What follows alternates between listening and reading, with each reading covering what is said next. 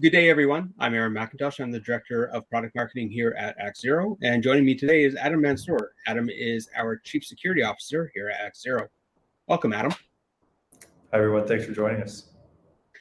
Quick housekeeping note before we get started. For audience members joining us live today, at the bottom of your screen, you're going to see three different tabs. First is a questions tab. If you do have any questions, please do submit them during the session, and we'll try to get to as many as possible at the end. The second is an attachments tab. Any documents that we refer to today or being provided in the session will be available there for you. And as well, a rate us or feedback tab. So if you like what you've heard, let us know. If we've missed the mark, let us know as well, because we're constantly looking to improve these sessions. Now, many cybersecurity trade-offs are impossible because the problems that they're supposed to address weren't budgeted for. They can't be resourced due to people, processes, or technology at the SMB level. When it comes to threat intelligence in particular, not every source is the same. In fact, many of them provide little value at all, other than maybe looking in the rearview mirror at an accident that's already occurred. In security, there's a concept known as left of boom, right of boom. Everything that happens left of the attack are those things that are preventative that you can do in advance. Everything that happens right of the attack is understanding how to manage through the attack and fix it so it never happens again. Threat intelligence is one of those things that comes in left of the boom. These are the things that you can do to understand the indicators of compromise or indicators of attack in your environment, gathering information on what to look for and how to apply it. So, Adam, when it comes to trade-offs, what are some of those things that organizations are doing in terms of threat intelligence that they think are valuable? Yeah, certainly. I think many, especially small to medium companies that have a security conscious, VP of IT or director of IT, are going to subscribe to, news feeds, right? I think that the thinking there is that there's going to be a relevance to what's talked about in the news cycle or in particular trade magazines about threats that are germane to their environment, right? And so, you get these sensationalist articles about zero-day breaches to Chrome or vulnerabilities to Chrome and other types of software that are very commonly used, right? And those are the ones that pick up the most amount of coverage, right? So you see, a lot of overreaction in many cases to things like, I think back to the Spectre meltdown, right, and just how prevalent it was and how it became a critical vulnerability just because of how much it was talked about, right? And this was an incredibly theoretical, speculative, like an attack on speculative compute that required very little to get huge firmware updates from everybody from Intel to AMD to others, right? And so people rush to deploy patches based on the amount of coverage that their management was bringing down on them. So this practice of prioritizing based on the press and the coverage that something's getting, I think, is not a very valuable activity. The other thing that I see, often being performed is the idea that there are open source lists of IP addresses or DNS locations that you can consume for free, right? There's a lot of GitHub or open source links and a lot of open source tools that may just sort of crunch these big IP lists that are then maybe consumable by a product of yours like your firewall. And frankly, there's a very low value over time of some of these IP lists, these spam reputation lists, right?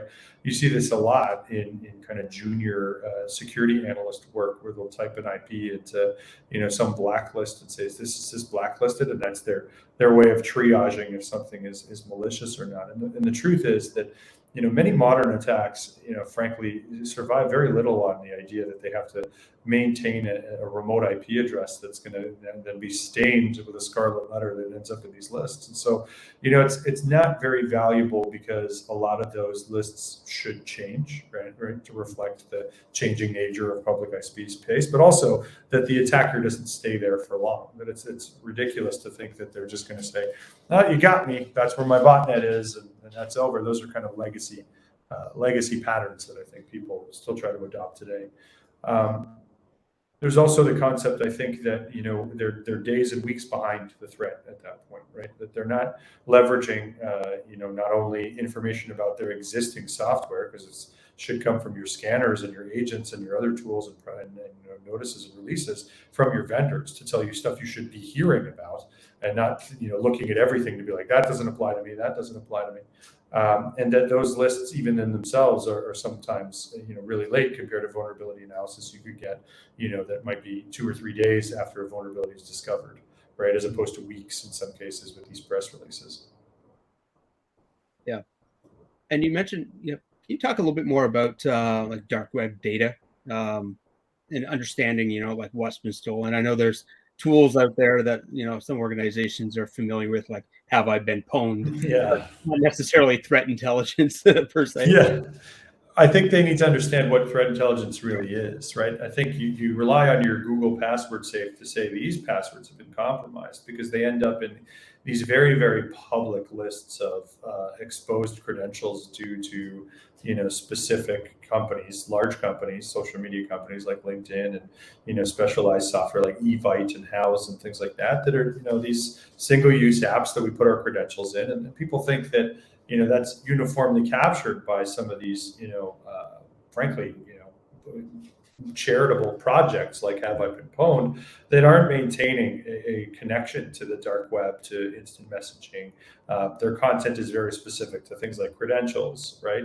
They're not really going to tell you about data, IPs that are being targeted, vulnerabilities that are being leveraged by the attacker community to raise the profile of whether credentials you maybe need to reset, or IPs that you need to protect further, or specific vulnerabilities you need to address right now that are actually being used, right? So the concept behind dark web monitoring, it should be that you should use a very almost near-time updated source, because it's not like these dark web sites aren't being actively shut down constantly, right? And as soon as you smash one, every time there's a Silk Road destroyed, there's 20 more that pop up in its place, right? And so the concept is it has to be much more dynamic than simply a single source feed. And I get that people want to be able to leverage the free nature of something like Have I Been Pwned, and no knock against them. Certainly they're doing their best, former Microsoft team members there, so good on them. But that's not a practice that's going to be forever linking you to your active credential, the credentials being sold right now. Yeah, no, for sure. So on that note, Adam, you've talked about some of the alternatives and things that customers can do. From a business perspective, what are some of those consumption alternatives? Like, what should businesses be doing when it comes to selecting a threat intelligence feed, or ensuring that a service has something that meets their needs? Look, I think that if your business is not cybersecurity, it does not inspire you when you go to some of these threat intelligence vendors and ask them for a seat or a license for their software. Many times the average per person to access these types of services is $10,000, $20,000, $50,000, and depending on their sophistication, right, you're going to want something very valuable, or the information is not going to be that useful. And so unfortunately, it sometimes becomes a very simple total cost of ownership question, where you say, well, listen, for me to service a single seat for my institution is going to be $50,000. But for me to get it through another team like a MSSP or an MDR vendor, that it's already pre-integrated and frankly has amortized the cost of their analysts accessing these alerts, for you to pay a small slice of that amount is very valuable, because you not only will get obviously more for your money, you're likely going to get access to the same software that you wanted, just already pre-integrated with some product to actually use it for prevention and other things that might block these leaked credentials, leaked IPs from entering your environment or being used in your environment, right? So it's very valuable, I think, to source this more economically from another partner. I just believe that that's going to be true for a lot of people. I also think that the right thing to do with this service is to integrate it into prevention, right? It is not attribution that you should just use for your own fascination, your own research. Even if you are, a provider of managed security services, what this should be used for is, frankly, to prevent the adversary from leveraging anything that we know they have, right? And so that's what we want to do is automatically block things that end up there, and frankly, notify and reset things that are seen there. Yeah, no, and when you go back to the cost as well, it's like $60,000 is a lot for curiosity. So, there's a lot of organizations that would be willing to buy that because they've got the budget to do that. But really, you require people like data scientists to parse that, security analysts to understand that and be able to map it to threats and things like that. So that's really where you need a solution like an MDR to come in and help with that. Now, in terms of integration models, because having the data set alone is one thing, as I just mentioned. What are some of the different models for integrating threat intelligence into your security solution set? The first is enrichment, right? You want to take that, security, dark web monitoring and relate it to logs, to vulnerabilities, IPs, usernames, file names, vendor names, that increase, your enrichment over that vendor profile, that IP profile, that user profile, that, that vulnerability profile. The concept is that you obviously want to see, what may have been leaked before, right? So if you're considering doing business with an analytics company and you now know that they've been breached 5 or 6 times, well, then you're probably going to, reset your expectation on, the vendor's security profile to maintain your stuff, right? If you have a vulnerability and it's enriched with whether an attacker is actually using it in your industry or your country, then you may prioritize that particular vulnerability over just the simple CVSS-based scoring system, critical high, medium low, right? So that's the first evolution of taking the data, is enriching it. And the second thing that you want to do after enrichment is orchestration, right? You want the ability for your endpoint to automatically react to certain attack behavior, right? To automatically apply attribution, right? Where is this source coming from? What are these hackers known for? That type of thing that can color an alert. Certainly, if you get escalations, again, that enrichment can lead to very colorful, incident tickets where they'll say specifically, "Hey, has this particular IP been, approached or targeted by others? Is the reputation of it, known on the dark web as a very valuable target?" Those are valuable things when you think about looking at other stock alerts that you're going to get. So the enrichment is there, but then obviously the orchestration to send back and forth, specific commands like have your passwords in Office 365 reset if those credentials have been compromised recently on the dark web, right? And so those are things that are very valuable in terms of orchestration. And the last part, which is somewhat more difficult to enable, is that orchestration is just an integration between 2 products to do if then else if something happens. But you also have the concept of that as an indicator that can go in as a feature within the model, right? The concept that AI can probably leverage that data set as a decision tree to determine whether something is a account takeover or a likely, a malicious IP, when you're starting to determine from traffic patterns or something whether something bad is happening, right? It is something you would almost artificial intelligence wise coach the AI to use, right? Yeah. So it's a valuable resource in that context. Yeah, and interestingly, you mentioned a little bit earlier that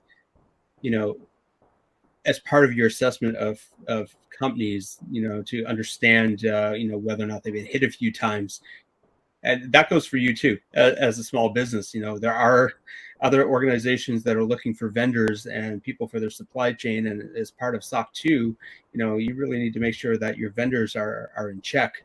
And that they have good security practices. And if someone's easily able to use like a breach assessment tool or something to find out, or go into dark web credentials to find out if your organization's been hit, it may not reflect well on you. So to that extent, one of the things that we can do for an organization, and maybe Adam, I'll get you to talk about this a little bit more, is offer you a breach assessment scan as part of the question. Yeah, we are trying to reduce the barriers for small to medium companies to receive this type of SOC service, right? And if you come to us with your domain, we will give you what we know about you on the dark web in a simple, easy to understand report for free. No questions asked. And the concept here is that, like we said, with the time slicing and the cost management of building a model for dark web, we don't believe many can afford it, right? And so we want to make sure that, as we've made those investments, that we've, obviously distributed that information where we can to those who need it most. So that's something that you can use, our contact us form to get in touch with us and request. Yeah, and coming out of that exercise as well is being able to kind of map that to the controls and things like that you can go and fix that bleeding of information, if you will. So Exactly. perfect. Well, thank you, Adam. I know I've taken up more of your time today than probably we thought, but as always, I do like to leave some time for questions at the end of the session, and we do have a couple here. So hope you stick with me a few more minutes, and we'll go through these. And if you are joining us live as well, continue to add more questions in, and we'll try to get through a few of these now. The first one is, am I able to define custom objects to fit the needs of my organization when it comes to threat intelligence? Yeah, I think certainly your ability to implement, indicators of attack, indicators of compromise. For a while, there's been a lot of, open source initiatives like Stix and Taxi, these feed creators that would give you sort of like a Cybox or an XML role. This is a little inside baseball for those that haven't dug too deep into this world. But the idea is that in order to share the intelligence, it needs to be in a common format. So the idea that you would be able to create custom objects is certainly, available to you in many of these products because they have to leverage that same, concept to exchange between vendors so that, we can give and get from, our peers at Palo Alto or CrowdStrike or whoever, right? And so this is part of the concept, is to be able to create those custom objects. Now the concept behind custom objects, on its surface sounds like, it may have already been incorporated into the design of indicators of attack and Stix and Taxi. They're very different designs in terms of how those, formats of policies have been built. And again, just remember that many of these designs were around the idea of sharing static information about an attack, right? What file path, what signature, what IP address should we be worried about? Because the concept is we are distributing this very, very quickly to machines that understand and can block those very basic inputs, right? It's not something that you can adapt to necessarily immediately. Your log management system or your AI or one of these other more complex unstructured processes for defining the data and the escalation process, right? So you certainly can define your own custom objects, and where you can use them might be fairly shallow, but I will say that it's certainly something that's been in part of the design since inception. Okay, thank you. The next question I have here is, can you integrate my existing TI data? So I'm assuming this is a customer who or a audience member who has their own TI feeds right now. Yeah, I mean, I think that it's valuable to hear from the peer community. I think that when most people are incorporating their intelligence feed, where they're getting it, the late stage, likely open source or customized feed list of things they may have seen, simply doesn't add very much to the existing data set. You're likely already incorporating those indicators or those IP lists or not refreshing them as often as others, right? And I'll give you an example. Even just one of our partners at CrowdStrike, has millions and millions of those feeds based on a worldwide deployment in 276 countries, right? And so the concept of that 80 million events a day and a jockeying in and out of very specific DNS and IP information very likely means that the indicators that you have that are relevant are going to match theirs. And that this, again, is a small part of being able to determine, attacker behavior and blocks. It's also very important to understand that you need to really calibrate. This is where a lot of the AI comes in, is to prioritize which indicator is active and valuable now and which one has aged out and is no longer relevant to the attack surface. And so if you're not able to condense that list to a proper amount, they're not consumable by your firewall. They're not consumable by your endpoint, right? It's just too big a list. It's too big a data set. So while you look at some firms like Palo Alto or Fortinet and their ability to consume a threat intelligence list, incorporating yours would bring in the discussion of who's got more priority. Which ones can we remove and which ones can we not? And so, for the vast majority of our customer base, there's just simply not enough of a footprint, lest maybe a service provider that would have, honeypots and things of that nature that they may want to incorporate small aspects of into an additional feed. In which case, I'd say that you're not really incorporating it with us; you'd be incorporating it with your tools. And so, this there's that to consider. But that it's still the same argument, which is what intelligence do you have that is dynamically updating that list, because you do need to work with a smaller subset. If it's just enrichment, like we talked about, then you probably don't have too much to worry about, because you can have a giant enrichment list. It can be millions big. But if it's a few thousand big to fit into your firewall's block list, yeah, you're going to have to make difficult decisions. And it's better that you're not, right? It's better that it's be dynamic. Yeah, and I think when it comes down to it, more detections, more logs in the age of cloud means more volume in data, which means more cost. And if you're paying cost for no additional value, then are you really helping yourself, right? So this is a conversation to have with your vendor, for sure. Okay, I think we've basically come to time. So I know it's passed really quickly. So thanks, Adam, as usual, for taking some time out to chat with me today. Hope the audience members found great value in it. I know I did. Thank you to you, the audience members, for staying with us. If you do have any additional questions, please do reach out at info@actzero.ai. In terms of a takeaway today, we are offering, as Adam mentioned, free breach assessment surveys. So reach out to us. You can reach us at ActZero Get a Demo. That's available on our website. We look forward to hearing from you. And again, take a chance, provide some feedback if you will. That's at the bottom of the page for you there. We hope you did learn a little bit of information about those trade-offs. We have other parts of this series. You can either watch them in advance or go back and find them on our resource section on the website. And we hope we helped you move forward your journey and cover a little bit more ground. Thanks, everyone.